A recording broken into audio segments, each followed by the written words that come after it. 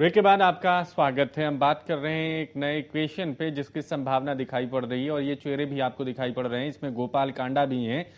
गोपाल कांडा को लेकर वैश्य समुदाय कितना उत्साहित है। दूसरी तरफ अभी हमने हिंट किया था कि समस्त भारतीय पार्टी, सुदेश अग्रवाल, इनका अभियान भी चल रहा है और ये इस चुनाव में ही फाइट के लिए नहीं उतरे हैं बल्कि इससे पहले भी वो चुनाव में ताल ठोक चुके हैं।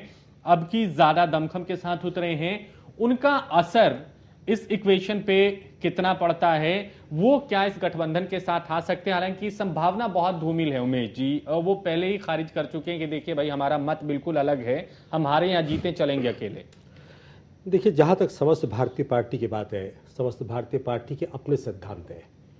उन सिद्धांतों से कोई भी पार्टी तालमेल करके नहीं चल सकती, लंबे समय तक नहीं चल सकती। भले वो गठबंधन के लिए वायदा कर सकते हैं कि हाँ हम आपके साथ हैं और आपके सिद्धांतों को फॉलो करेंगे, लेकिन मुझे नहीं लगता है कि ये सारी पार्टियां उन सिद्धांतों का अनुकरण करेंगी। उनकी 4 शर्तें जैसे उन्होंने लोकसभा चुनाव में भी इनेलो के सामने रखी कि अगर इन 4 शर्तों पर आप सहमत हैं तो हम आपको समर्थन दे सकते हैं। गठबंधन नहीं किया। गठबंधन तब होता है जब एवज में आप कुछ मांगे उनसे। तो उनका कोई कैंडिडेट चुनाव नहीं लड़ रहा था। विधानसभा के लिए उन्होंने कोई शर्त नहीं रखी कि हमें विधानसभा में मदद चाहिए। उन्होंने कहा था कि हम आपको समर्थन देंगे अगर इन 4 बातों पर आप एग्री करते हैं और केंद्र में इन 4 मुद्दों को पुश करते हैं, आगे बढ़ाते हैं। तो उन 4 मुद्दों पर मुझे लगता है इनमें से कोई पार्टी सहमत नहीं होगी। जब सहमत नहीं होगी तो विधानसभा की जंग में इन 4 मुद्दों से आगे भी मुद्दे हैं। बिल्कुल, और बड़ी कट टू कट बात जहां पे होगी, 4 बुनियादी मुद्दे हैं। वो 4 ऐसे मुद्दे हैं जिनसे वो एक पिलर है, एक तरह से उस इमारत की बुनियाद है जिन पर वो एक अच्छी सरकार खड़ी होगी, अच्छी सरकार को तैयार किया जाएगा। वो अगर वो पिलर ही कमजोर होंगे तो अच्छी सरकार नहीं बन सकती जी। और इन मुद्दों पर कोई एग्री करेगा नहीं। इसलिए हमें ऐसा लग रहा है कि समस्त भारतीय पार्टी किसी के साथ नहीं जाएगी, अपने बूते चुनाव लड़ेगी। लेकिन इतना जरूर है कि हरियाणा में कुछ सीटें ऐसी हैं, 30-32 मैंने आपको बताया, जहां डिसाइडिंग फैक्टर वैश्य कम्युनिटी है। और बनारसी दास गुप्ता के बाद कोई वैश्य कम्युनिटी का सीएम नहीं बना। इसलिए वो उनके सेंटिमेंट्स ये हैं कि कोई वैश्य कम्युनिटी का एक बड़ा नेता खड़ा हो, सामने आए, साफ सुथरी छवि का व्यक्ति सामने आए, ताकि हम उसको आगे बढ़ाएं और सीएम के तौर पर उसको प्रोजेक्ट करें। उसमें कोई भी नेता हो सकता है बड़ा वैश्य कम्युनिटी से। लेकिन आपने साथ के साथ ये भी जोड़ा कि साफ सुथरी छवि का हो, जी, विचार आधारित, मुद्दा आधारित लड़ाई तो लड़ रहा हो, मैंने बताया कि ये सपोर्ट हो। वैश्य कम्युनिटी डिसाइडिंग फैक्टर है। बोल लीजिए। मतलब अकेली वैश्य कम्युनिटी किसी कैंडिडेट को अगर जिताना चाहे तो मुझे लगता है वो नहीं जिता सकती। दूसरी कम्युनिटीज का भी साथ लेना पड़ेगा। और वो तभी साथ हो सकते हैं जब साफ सुथरी छवि का कोई व्यक्ति हो। जी अमित नेहरा जी, हम कास्ट फैक्टर को बिल्कुल अलग नहीं कर सकते हैं। सुदेश अग्रवाल से जब भी बातचीत होती है या जब भी वो किसी पब्लिक मीटिंग को संबोधित कर रहे होते हैं, बार बार ये कहा कि हम जाति, धर्म, संप्रदाय इनसे ऊपर उठ के राजनीति करते हैं। वो करते हैं। वोटर इसको कितना सोचता है, नहीं सोचता है, वो अलग बात है। लेकिन वैश्य कोई कनेक्शन आप देखते हैं? अगर बनारसी दास गुप्ता वाले पॉइंट पे हम बात करें तो वहां पे उनको एक लीडर चाहिए जो कि उनका प्रतिनिधित्व कर सके, जिसमें वो अपना भविष्य देख रहे हो कि हमारी जाति को ये नेतृत्व प्रदान करेगा। सुदेश को चाहिए नहीं, लेकिन वहां पे उनकी जाति से लोग उनको समर्थन दे सकते हैं। और यहाँ पे विखंडन आप देख सकते हैं जो आप मत प्रतिशत बता रहे थे। देखिए, मुख्यमंत्री अगर बनना है किसी को तो वो किसी एक जाति विशेष या मुख्यमंत्री की बात नहीं हो रही है। दरअसल इन जिन दलों की बात हम कर रहे हैं, इन 4 दलों की बात कर रहे हैं, इनको कुछ ना कुछ चाहिए और कुछ ना कुछ चाहिए में ये फैक्टर भी काम करता है। देखिए, अगर इन 4 दलों की बात है, अगर सुदेश अग्रवाल जी इनके साथ जाते हैं तो एक आत्महत्या वाला कदम जाने की संभावना तो उन्होंने खुद खारिज की है। और जाना भी ऐसे में अलग चल के वो कितना लाभ पा सकते हैं, इस वाले पॉइंट पे मैं आपसे जानना चाह रहा हूं। देखिए, अभी उनकी शुरुआत है राजनीति में और हरियाणा में एक फर्क और मैं यहाँ पे स्पष्ट करना चाहूंगा। इन 4 दलों की जो बात हम कर रहे हैं, इनमें 3 दल जो हैं वो इस चुनाव में हमारे सामने है। जनचेतना इससे पहले हमें किसी चुनाव में नहीं दिखी है जी। हरियाणा लोकहित पार्टी भी नहीं दिखी है। कुलदीप बिश्नोई और बहुजन समाज पार्टी को हमने देखा है। ठीक उसी पैटर्न पे समस्त भारतीय पार्टी को भी हमने पिछले विधानसभा चुनाव में देखा था। उनके तमाम सारे उम्मीदवार विधानसभा क्षेत्रों में थे उनकी पार्टी के लिए। तो ये एक फर्क है। देखिए, इसमें अगर पानीपत रैली उनकी स्टेटमेंट पे जाएं हम, भूपेंद्र सिंह हुड्डा की, तो दो तो इसमें मलाईखोर हैं। उन्होंने कहा था जो मलाईखोर थे वो तो कांग्रेस से निकल गए हैं, और एक आधा मलाईखोर है। हालांकि वो गोपाल कांडा निर्दलीय जीते थे लेकिन सरकार का हिस्सा थे। तो कहने के मुताबिक तो ये स्वार्थियों के बने हुए गठबंधन है। कुलदीप बिश्नोई के हम इससे अलग रखते हैं क्योंकि उनका मामला दूसरा है।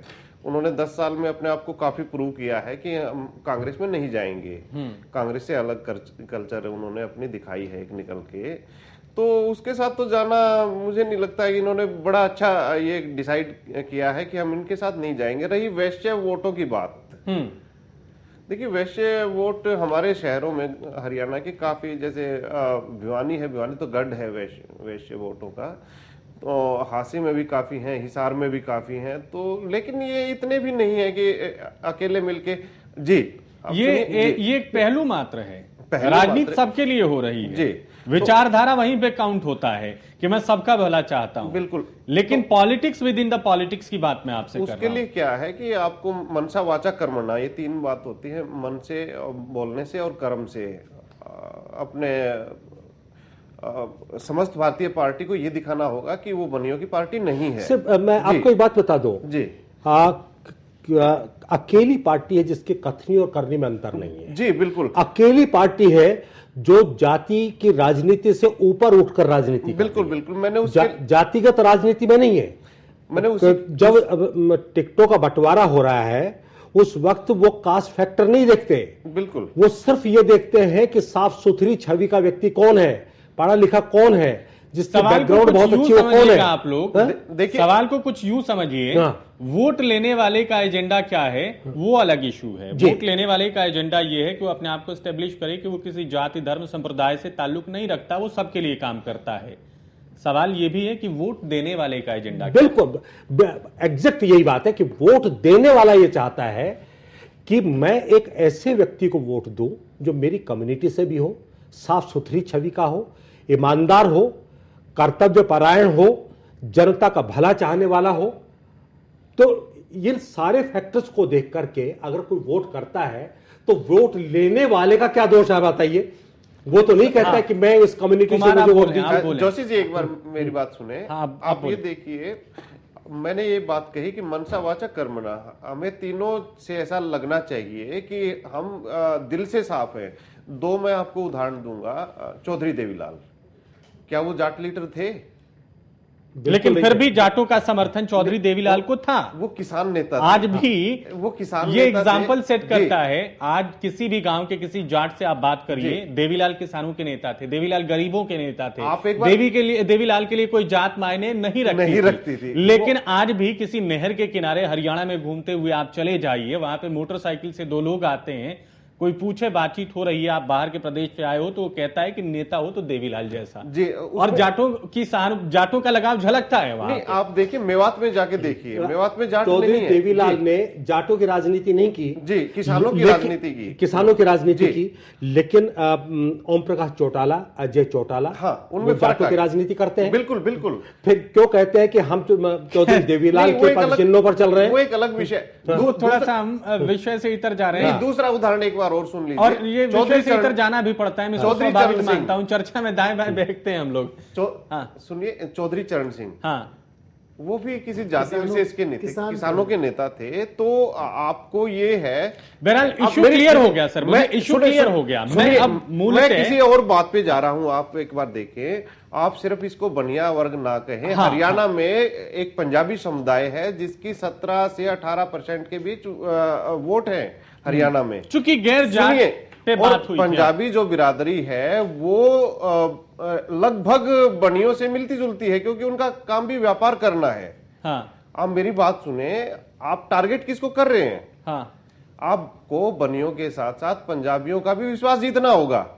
हाँ सर, फिर मुझे बाकी मेहमानों का कमेंट लेना होगा क्योंकि समय बहुत कम है। कुमार, आप कुछ कहना चाह रहे थे? मैं केवल ये कहना चाह रहा था कि ठीक है, यहाँ पे जातिगत समीकरण जो भी बैठते हैं, पर जिस तरह से अगर ये चार पार्टी हम देख रहे हैं, कुलदीप बिश्नोई, अरविंद शर्मा, विनोद शर्मा हो और साथ ही गोपाल कांडा, उसके बाद अगर हम इसमें समस्त भारतीय पार्टी के सुदेश अग्रवाल को जोड़ते हैं तो यहाँ पे मुद्दे, क्योंकि जिस तरह से अभी तक उनका समझ में आया है वो मुद्दे के लिए कर रहे हैं, और बाकी जो पार्टियां जो कर रही है वो साम दाम दंड भेद जो चाणक्य नीति है कि किसी भी तरह सीट जीतने की बात हो रही है। यहाँ पे सीट नहीं, यहाँ पे मुद्दे की बात कर रहे हैं। ये इनको कितनी सीट जिताएगा ये मुझे नहीं पता, पर ये फ्यूचर इस तरह से देख रहे हैं कि वो मुद्दे के चुनाव लड़ेंगे, जो विकास के चुनाव, जो मुद्दे के लिए कुछ समय जो हो सकता है ज्यादा लगे, पर मुझे लगता है कि हर किसी को कुछ ना कुछ चाहिए। मुझे लगता है मुद्दों से ज्यादा यहाँ पर वोट समीकरण मायने रखते हैं, और सबसे ज्यादा वोट बटोरने की स्थिति जो दिखती है, अगर ये चारों दल आपस में जुड़ते हैं तो ये मानकर चल रहे हैं कि इनका वोट प्रतिशत बढ़ेगा, अगर वो इंडिविजुअली लड़ते हैं उसकी तुलना में। एसवीपी के लिहाज से इसके जस्ट उलट मैं देखता हूं कि अगर एसवीपी अलग लड़ती है तो उसका वोट बैंक, और साथ लड़ती है तो उसका वोट बैंक, मुझे लगता है साथ लड़ने पे उसका वोट बैंक घटेगा।